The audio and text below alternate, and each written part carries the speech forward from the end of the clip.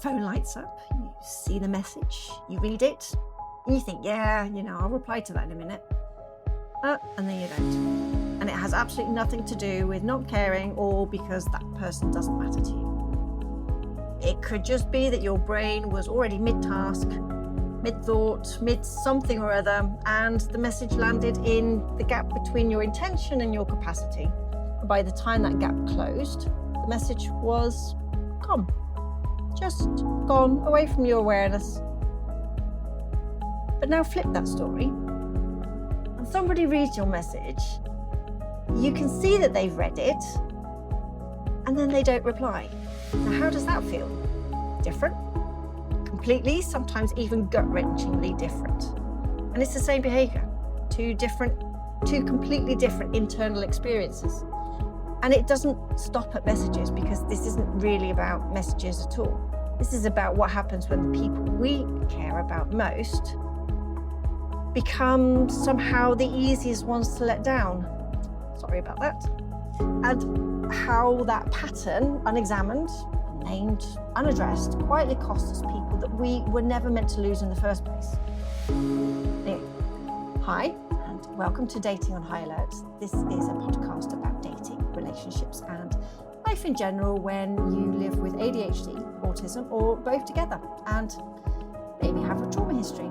Maybe you love somebody who does and want to learn more. You're welcome. I'm not a therapist. I just have lived experience and a real interest in how our brains work. And one thing before we go any further, everything we talked about, or we are talking about today, is about the people that matter to us.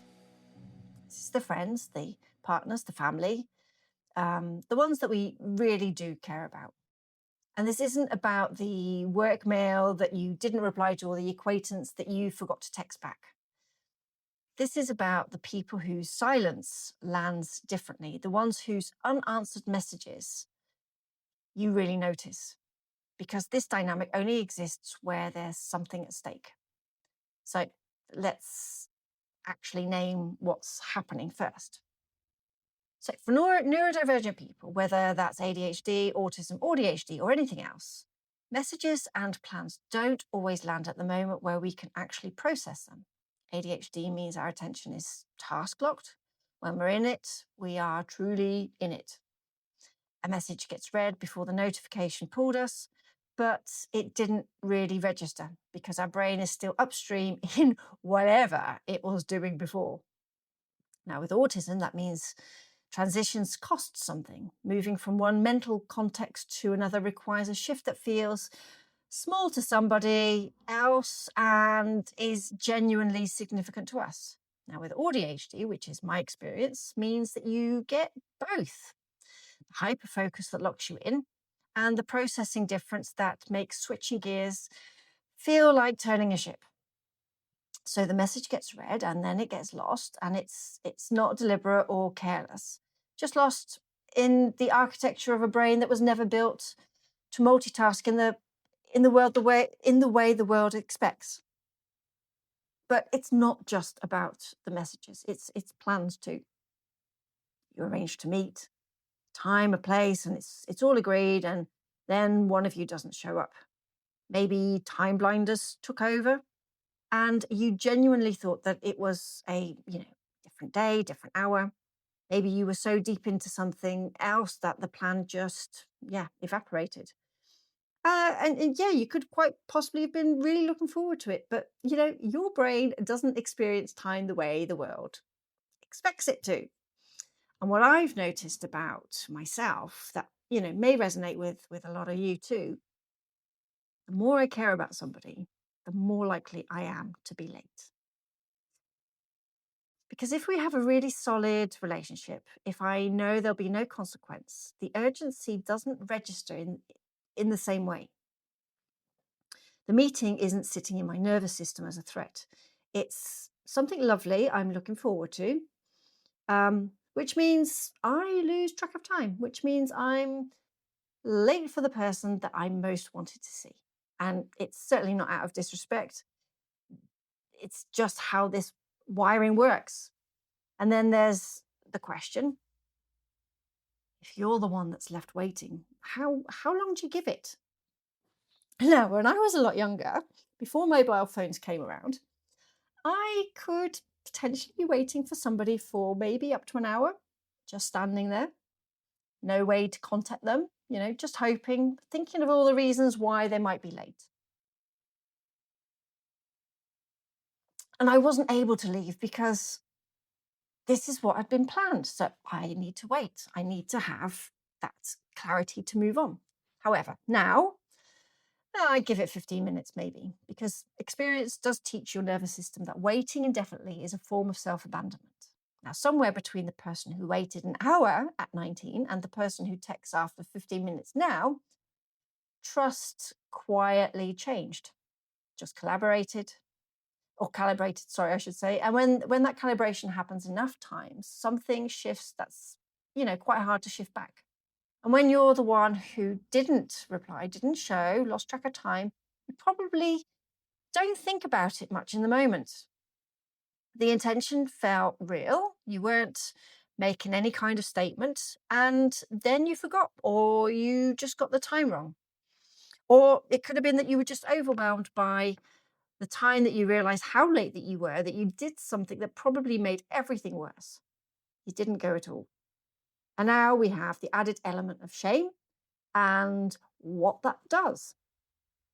It tells you that being an hour late is so unforgivable that there's absolutely no point in showing up now. So you might as well just stay at home.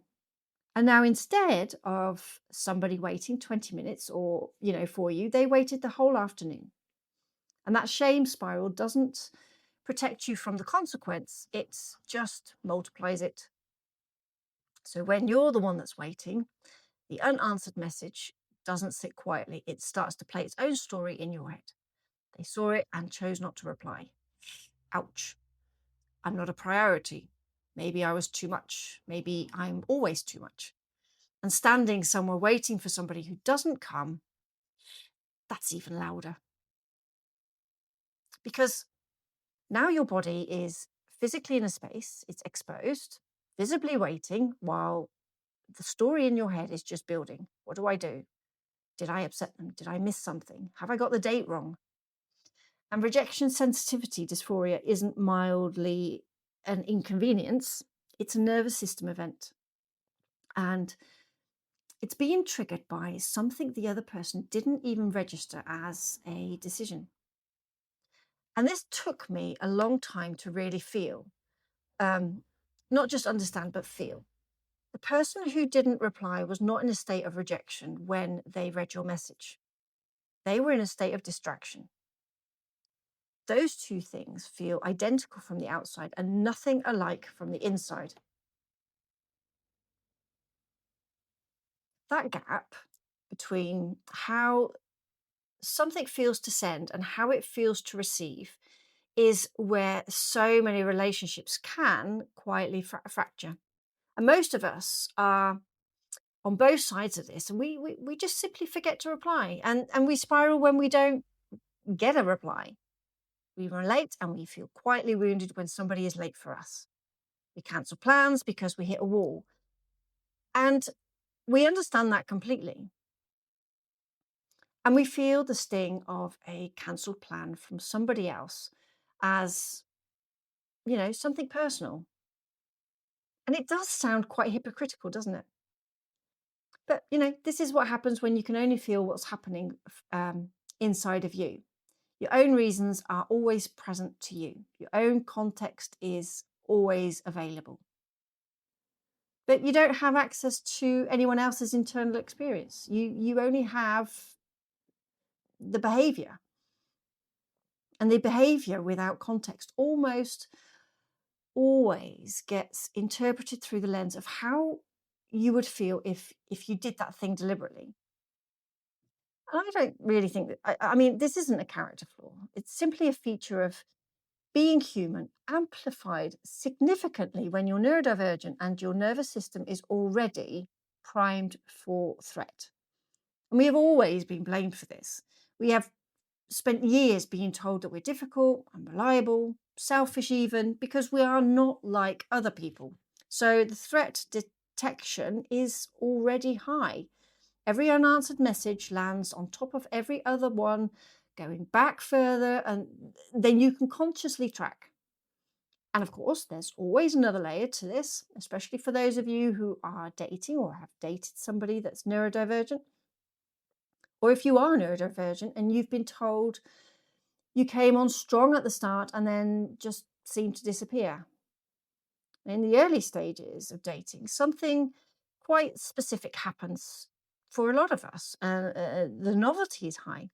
The person is new and exciting. And for an ADHD or an AuDHD brain, this is rocket fuel. We can totally hyperfocus.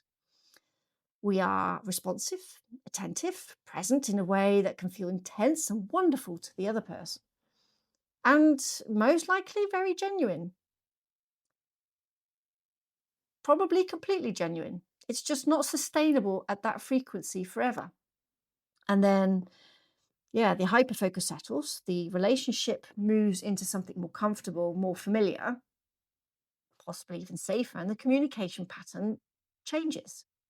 The replies get a little slower, the plans take a little bit more effort to arrange, and the other person who experienced that early intensity as the real you starts to wonder what actually happened. Did they do something wrong? Did they lose interest? Are you pulling away?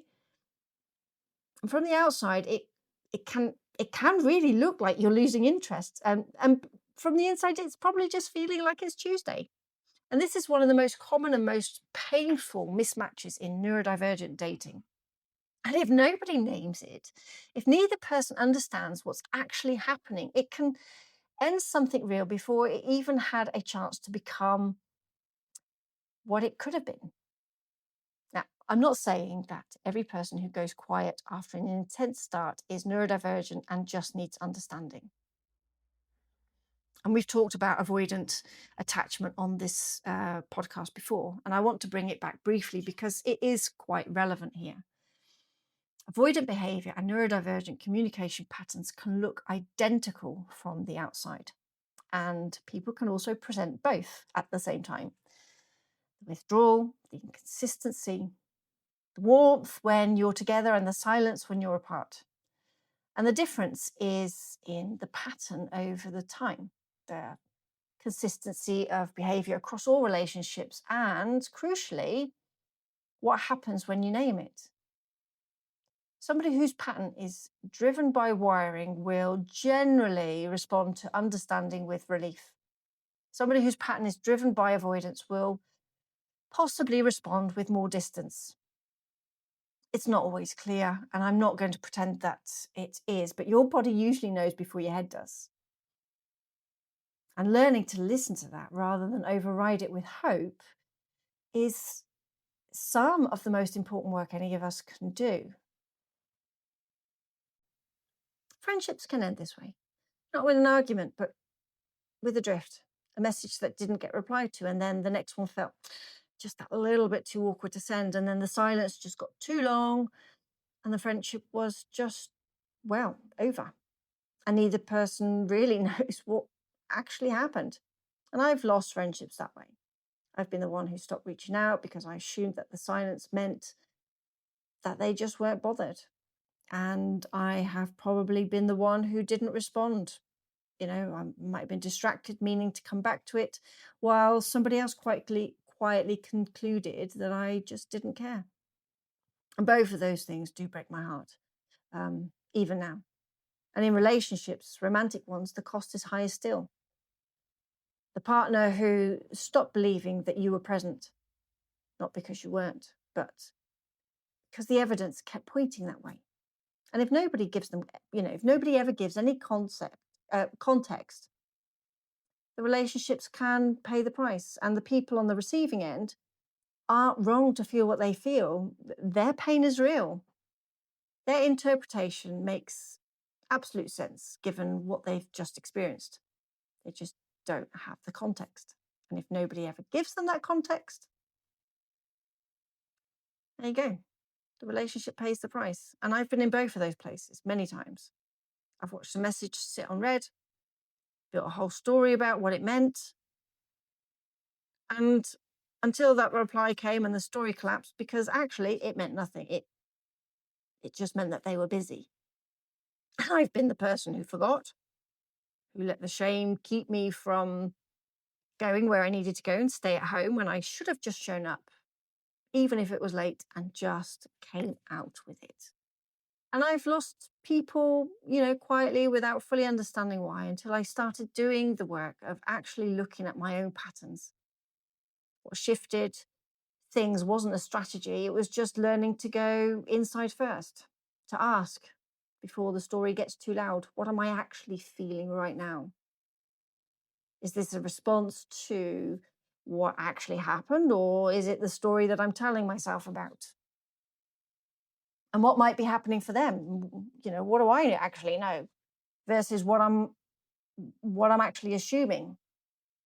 And the distinction sounds quite simple, but it's not that simple, but it does change everything. And I also want to say something about the information that's also out there, because I think that really matters too. And I think you deserve honesty about it. The research on neurodivergent relationships is quite thin.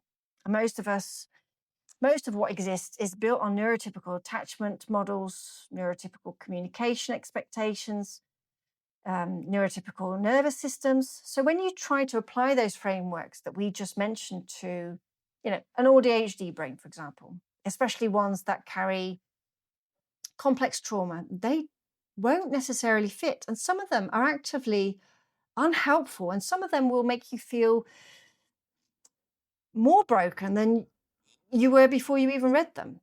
Now, I'm not a researcher and I'm not a therapist, but what I am is somebody who has read widely, felt deeply, and I question everything, including the things that were supposed to help me. And what I found is that the most reliable guide that I have is my own internal experience. Once I learned how to listen to it properly, of course. Now, that's not me telling you to ignore any professional support. Please don't. But it is me saying, question what you read, including what I say. Take what fits and leave what doesn't. And keep going back to what your own body is telling you, because you already have more answers than you give yourself credit for. And this is what I mean when I talk about inner first. Not inner work in the abstract sense, but inner first as in the inside comes before the outside. What's happening in your body and your nervous system is the starting point for everything that follows. The first place you look, not the last. So when the message sits on read and the feeling starts to rise, go inward before you go outward. What is this feeling? Where exactly is it in my body? What story is it telling me? And is that story about this moment or something older? Because RSD doesn't always respond to the present. It responds to a pattern. And the pattern usually started way before this person, this message, or even this moment.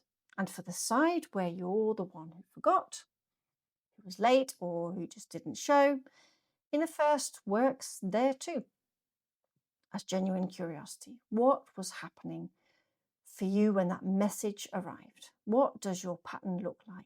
And can you understand it well enough to work with it? Nothing is broken because you know how you work.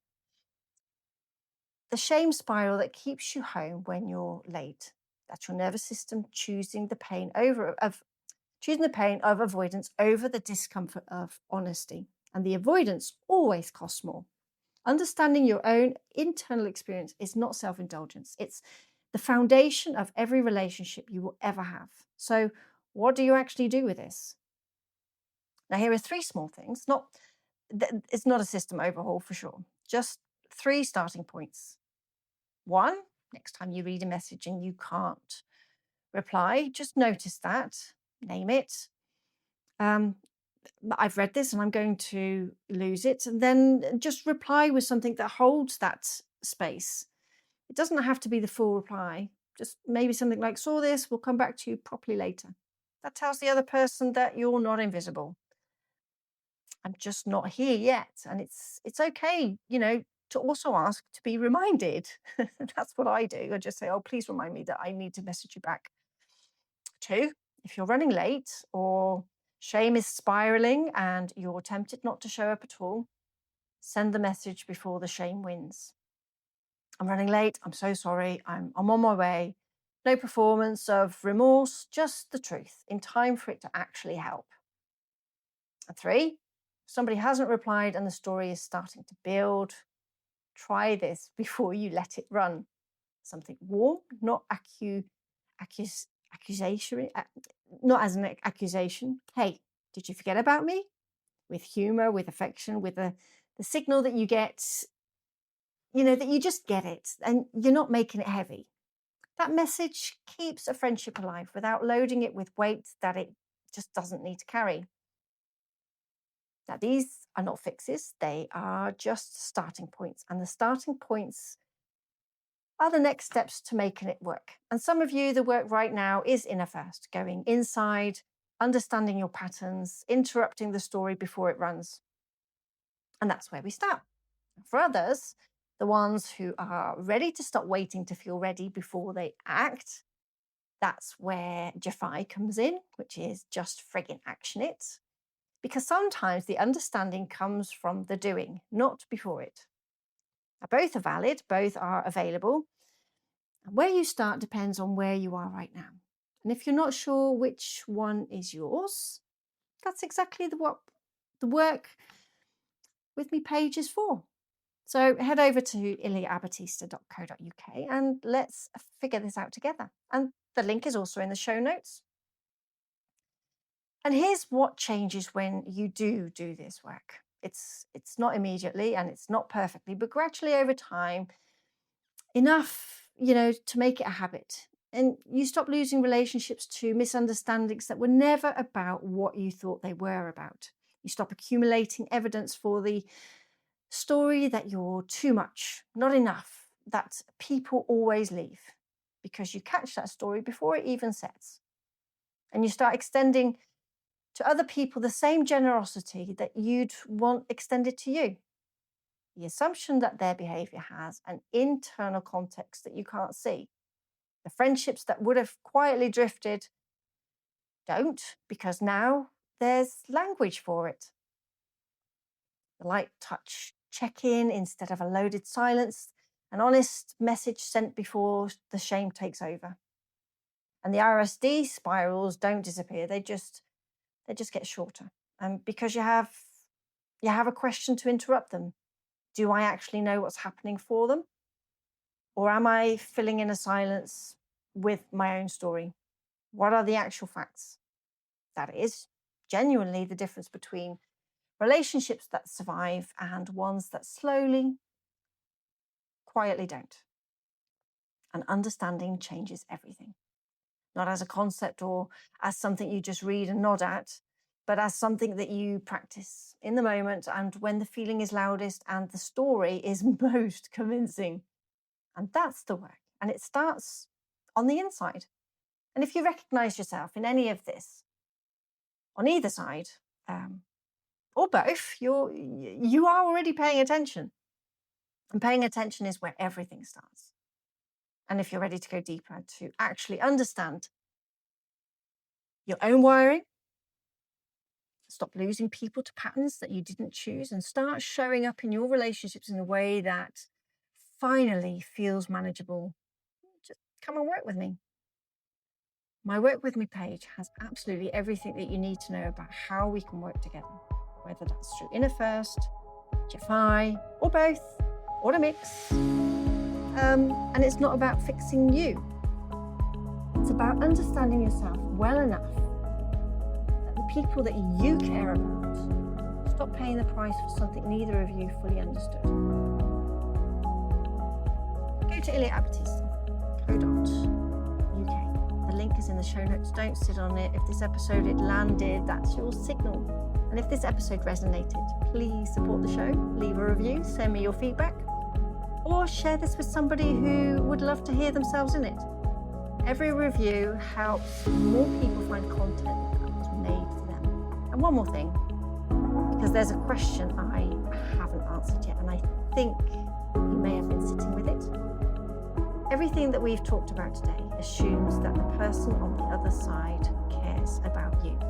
Their silence is about their wiring, not their feelings for you. But what about when you can't tell? What about when it's warm and easy in the room, and then you step back into your own lives and that ambiguity floods in? And what about when you can't work out whether this is ADHD, autism, or AuDHD, or avoidance, or both? What about when safe feels boring and the person who keeps you guessing feels like the one you just can't stop thinking about? And if any part of you just felt a flicker of recognition, that's exactly why you need to come back. Anyway, next week, it's all about oversharing. When is it too much? When is it too early? And how can you possibly tell? And as always, I'm really glad that you're here. And until next spiral.